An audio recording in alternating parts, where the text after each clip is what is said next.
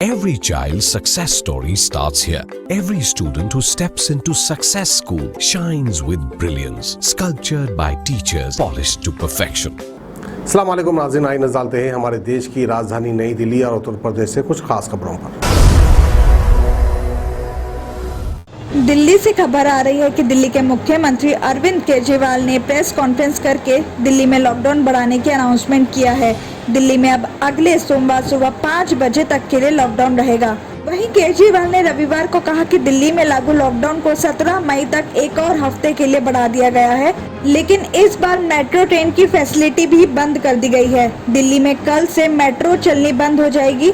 साथ ही केजरीवाल ने कहा है कि दिल्ली में 26 अप्रैल के बाद से कोरोना के केस कम होने शुरू हुए हैं और पिछले 1-2 दिन में पॉजिटिविटी रेट 35% से कम होकर 23% हो गई है। तो वहीं दिल्ली आपदा प्रबंधन ने एक आदेश जारी दिया है कि अब सिर्फ शादियां घर में या कोर्ट मैरिज ही हो सकती है, जिसमें 20 से ज्यादा लोग इकट्ठे नहीं हो सकते हैं। साथ ये भी कहा गया कि बैंक्वेट हॉल, होटल और जहां पे शादियां होती हैं वहां पूरी तरह पाबंदी रहेगी। दिल्ली के साथ आज फिर से यूपी सरकार ने 17 मई तक के लिए लॉकडाउन बढ़ा दिया है। आपको बता दें कि गुरुवार सुबह यूपी में लॉकडाउन खत्म होने वाला था, लेकिन इसके बाद 23 मई तक लॉकडाउन लगाया गया। लेकिन उससे पहले ही आज फिर से यूपी सरकार ने 17 मई तक के लिए लॉकडाउन बढ़ा दिया है। इस दौरान वही पाबंदियां लागू रहेंगी जो पहले होती थी। दिल्ली के बाड़ा हिंदूराव हॉस्पिटल से कोविड के 23 पेशेंट्स बिना कुछ बताए वहां से चले गए हैं। वहीं उत्तरी दिल्ली नगर निगम के महापौर ने शनिवार को इस बात की जानकारी देते हुए चिंता जाहिर की है और बताया कि बाड़ा हिंदूराव हॉस्पिटल में कोरोना के पेशेंट्स के लिए 250 बेड्स वहां पर लगाए गए थे। दिल्ली सरकार के कोरोना ऐप के अनुसार यहाँ पर कोई भी बेड अभी खाली नहीं है। महापौर ने बताया कि 19 अप्रैल से 6 मई के बीच 23 कोरोना पेशेंट्स बिना हॉस्पिटल प्रशासन को बताए वहां से चले गए हैं। उन्होंने कहा कि कुछ पेशेंट्स दूसरे हॉस्पिटल में बेहतर फैसिलिटी मिलने के बाद वहां एडमिट होने के लिए बिना बताए चले जाते हैं। दिल्ली सरकार के हॉस्पिटल में भी इस तरह के मामले सामने आए हैं, लेकिन हॉस्पिटल प्रशासन को बिना बताए, बिना डॉक्टर के रेफर किए अगर इस तरह पेशेंट जाते हैं तो ये सही नहीं है। इसलिए महापौर ने ऐसे पेशेंट्स के बारे में दिल्ली पुलिस को बताया है। दिल्ली पुलिस इनकी तलाश करेगी।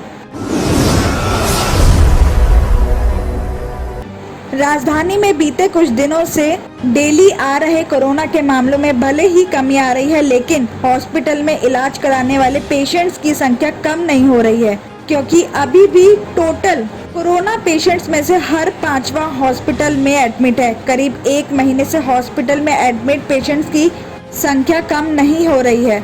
जहां पहले डेली 25,000 से ज्यादा मामले डेली सामने आ रहे थे और अब 19,000 से 18,000 के बीच ही मामले सामने आ रहे हैं। इसके बावजूद हॉस्पिटल में पेशेंट्स की कम नहीं हो रहे हैं। बताया जा रहा है कि इस समय कोरोना के कुल 87,000 से ज्यादा कोरोना पेशेंट्स हैं। इनमें से हॉस्पिटल में 19,000 से ही ज्यादा पेशेंट्स का इलाज चल रहा है।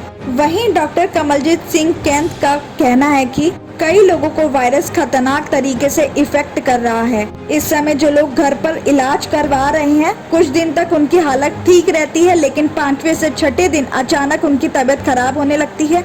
ऐसे में पेशेंट को तुरंत हॉस्पिटल में एडमिट करना पड़ता है। इसी वजह से हॉस्पिटल में पेशेंट्स की संख्या कम नहीं हो रही है।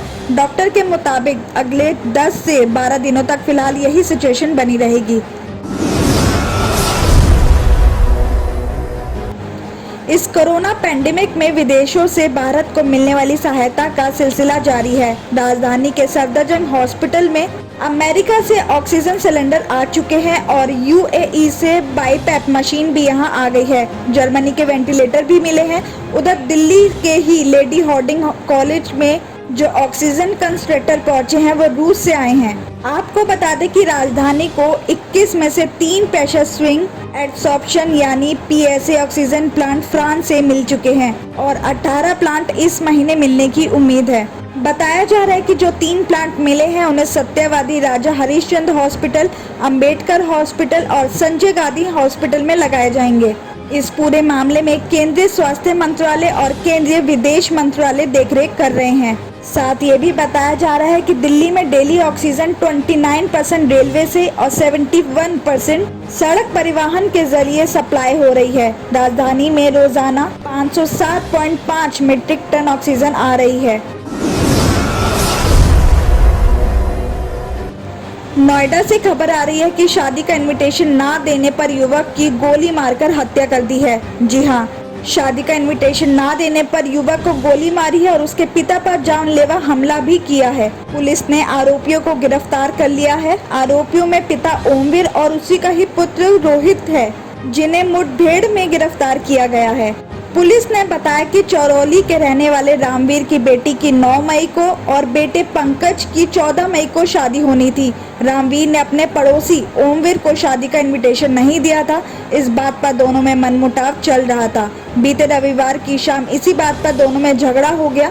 आरोप है कि झगड़े के दौरान ओमवीर अपने बेटे रोहित और 2 अन्य नाबालिगों ने गोलियां चलानी शुरू कर दी, जहां 2 गोली पंकज और रामवीर को लगी। पंकज ने मौके पर ही दम तोड़ दिया। वहीं रामवीर का फिलहाल हरियाणा के फरीदाबाद में इलाज चल रहा है। पीड़ित के घर वालों ने पड़ोसी ओमवीर और उसके बेटे रोहित के साथ 5 आरोपियों के खिलाफ शिकायत दर्ज कराई गई थी। पुलिस तभी से उनकी तलाश में जुटी थी। आरोपी पुलिस ने पहले मथुरा, उसके बाद अलीगढ़ में दौड़ाते रहे। आरोपी जगह जगह अपने रिश्तेदारों के घर पर छुप रहे थे। जब रिश्तेदारों ने उनकी हेल्प करने से साफ इनकार कर दिया तो आरोपी गांव की ओर लौट रहे थे। पुलिस 3 दिनों से उनके पीछे दौड़ रही थी, लेकिन शुक्रवार रात गांव लौट रहे आरोपियों से चरौली और मोर गांव के बीच में पुलिस की मुठभेड़ हो गई। मुठभेड़ के बाद पुलिस ने आरोपियों को गिरफ्तार कर लिया। रोहित के पास एक अवैध राइफल बरामद हुई है। वहीं ओमवीर और दोनों नाबालिगों से भी तमंचे बरामद हुए हैं।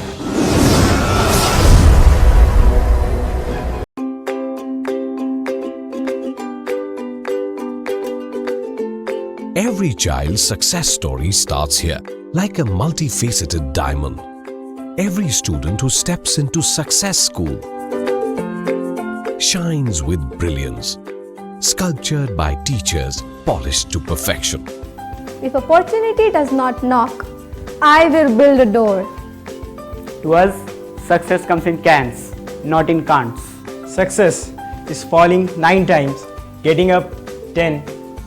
Some people dream of success, others put their heart and soul into working for it.